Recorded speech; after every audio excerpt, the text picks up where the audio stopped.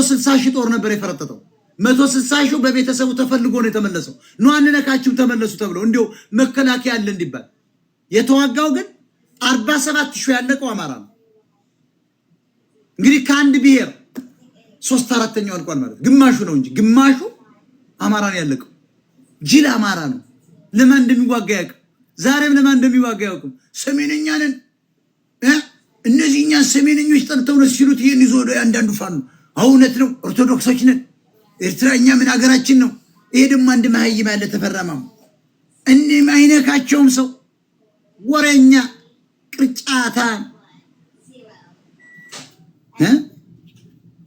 እሺ ኢጆና ላይ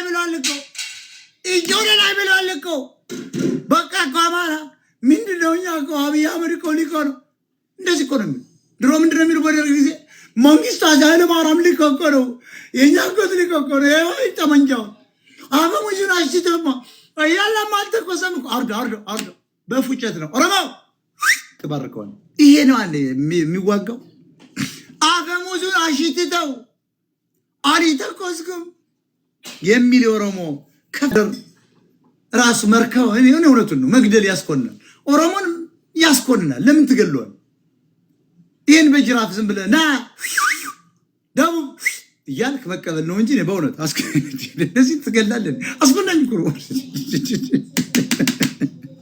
በእነዚህ ላይ ነው እንዴት ምን ጀምታደጣጥር ያማራ ጀግና ጅራፍ ዝም ብለህ ማፈንዳት እኮ ጅራፍ በጅራፍ ትገርፈዋል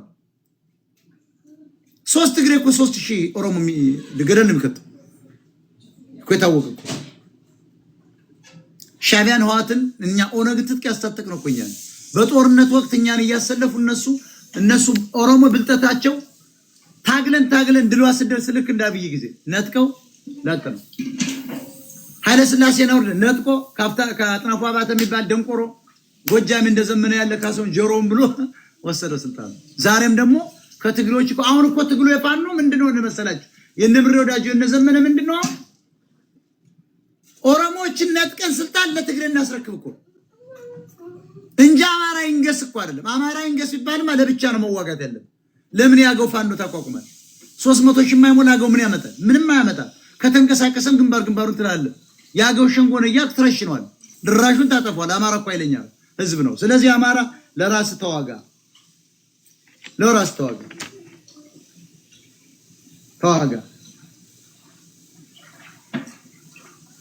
ህዝቡ ጀግና ነው መሪዎቹ ባንዳዎች ናቸው አሁን እኮ የአማራ ትግል የፋኖ ትግል አይ ያለ ህዋትና ሻቢያ አይጣፍጥም ከጉራጌ ጋር እንሰራለን እናስረስ ማረዳምቴ እነዚህ ሁለናሞችን ወይ አባሯቸው ወይ ሰካካሉ ሌላውን ማስተላልፈው በርግጠኝነት የምነግር እያንዳንደ ፋኖ የምትባል አሁን መሪን መርጣ አምጣ ያለ ህዋት ነው አይሆንም በአንድ ወር ውስጥ የበላይ ጠባቂ ግብራይ ከጎጃም ከጎንደር ከወሎ ቤት አማራ ከሸዋ በቀጥታ በነዘመነ በላይ የሚሆኑ ሌላ በዚህ ንክኪ የሌለ ዘራፊ ያልሆነ የውትድርና ዕውቀት ያለው የተማረ የአማራ ብሔርተኛ የሆነ በምንም ነገር ያልተነካካ ተመርጦ በትግሉ ዙሪያ በነዘመነ በነምሬ በላይ ሆኖ ግብራይል ማቋቋም አለብን አቋቁመና ያን ግብራይል ምን ያደርጋል ዘመነ ይምራ ምሬ ይምራ አጣላማ ግብራይል ካለ ግብራይል ነው ከዚያ በኋላ ወደ ሁለተኛው ኦፕሬሽን ሄዳለ ከዚያ ወደ ሶስተኛው አራተኛው ስልጣን መያዝ ነው ይሄን እዚህ ሚዲያ ላይ አናገረው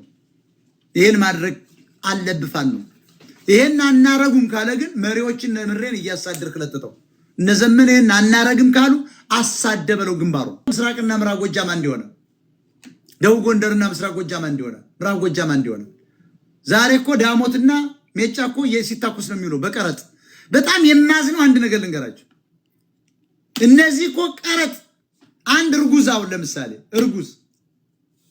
አንድ እርጉዝ የሚገርማችሁ